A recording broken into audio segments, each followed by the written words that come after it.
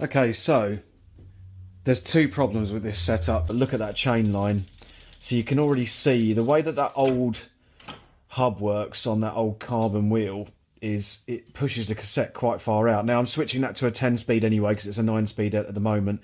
Second issue, which was always going to be the case, by bringing this 50mm closer to me, obviously now the chain is not long enough, so when you're in the easiest gear, we're basically bottoming out the range on the derailleur. You're going to pop this on. Good, all these different standards, aren't they, on bikes? Not at all annoying. And we're going to tighten that, and that tightens anti-clockwise. Tighten that, and basically that bolt is pushing against this cap, and it's going to pull the crank off. Just manually crank that off. There we go. There we go, done.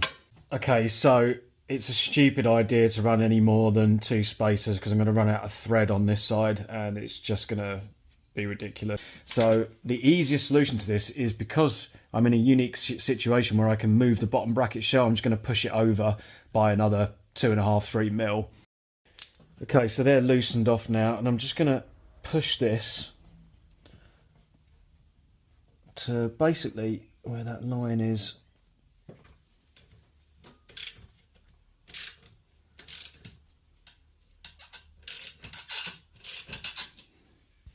So first things first, I'm just going to use our new Park tool just to tighten this down.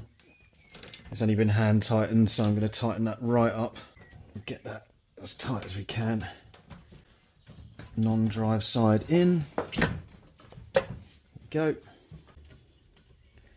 There we go. I'm going to go in at 40, which is going to be more than enough for the moment. That's 40 Newton meters. Ends up anti-clockwise. And I'm just going to pop our chain back on. Should be able to just secure those by hand as well, not force it. There we go. Nice.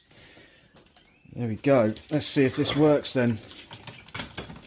Okay, get into the right gear. Okay, that's better.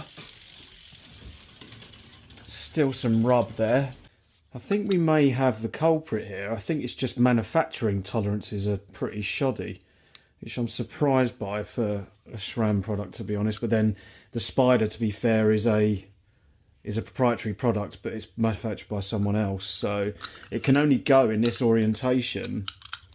But when you see that, you see it's flush there, it's not quite flush there, and then this part of the crank is proud, which suggests to me that obviously when it's sitting here, the bash guard and the chainring, that side's going to be pulled out more.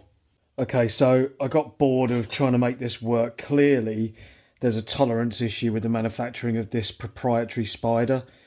If you look, my bash guard is totally flat. There is no deformity in that, as is the case with the oval chainring. This is just not very good.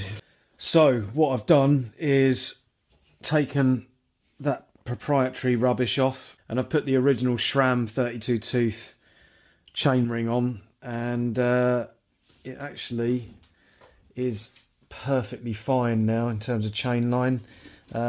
Gears need indexing, can do that through the L2 app, but you can see here that chain line is absolutely perfect. So I'm going to forget about the chain guard for the moment and the proprietary Spider. We're going to run it like this, but to do that I'm going to have to lengthen the chain.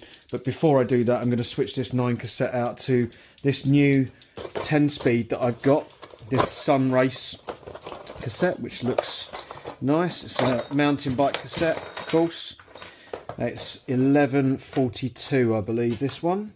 Okay, so we're going to start by removing the quick link. There we go. Let's run this out. There we go. We've got our cassette removal tool. You know the score by now. Chain whip, the persuader. Shouldn't take too much effort. There we go. Nice and easy. Straight off. There's some weird spacers on this. I'm not sure. It's a normal kind of Shimano, I think it's an HG free hub body, so I've got one spacer on there, but okay, so really fine margins with these cassettes on these old free hub bodies. So the big spacer didn't work.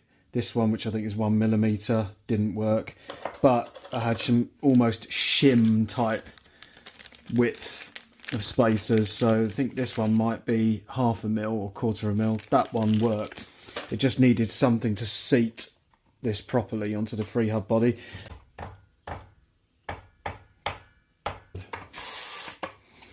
Right, let's get this back on. That's about right. Okay. Nice. There we go. Okay, so I'm just going to get our chain breaker. Actually, this is a park tool, so I have got another park tool. To be fair, I've got a park tool wheel truing stand as well, but that's a bit broken at the moment, as are my capabilities at truing wheels. But yeah, we're just going to pop this in here, making sure it's central to the pin. All looks good to me. And we're just going to twist that. Comes out no problem. Even this tool feels quality, and it was only about 10 quid. There we go, pop the pin out. That's there, don't need that. Back our tool out.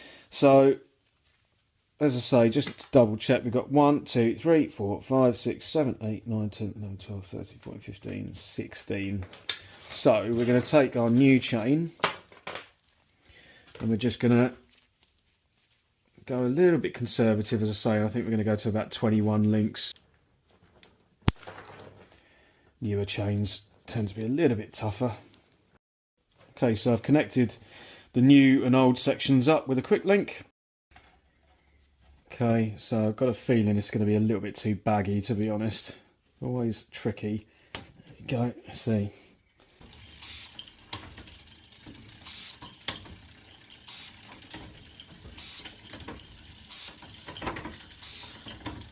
It's actually smooth without making any adjustment. Not sure what's happened there. One more time.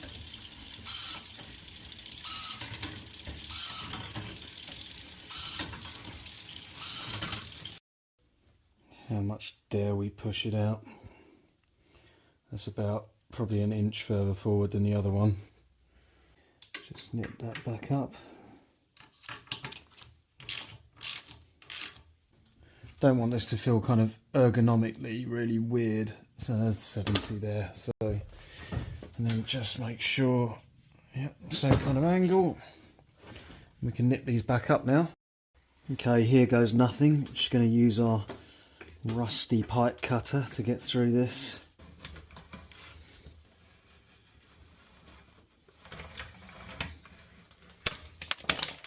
There we go. RIP part of seat post. Bloody hope this works now. Just going to file this down a little bit. And then one final thing we're going to do, and if you haven't seen my chain clean and lube video, go back through my history. It's well worth a look.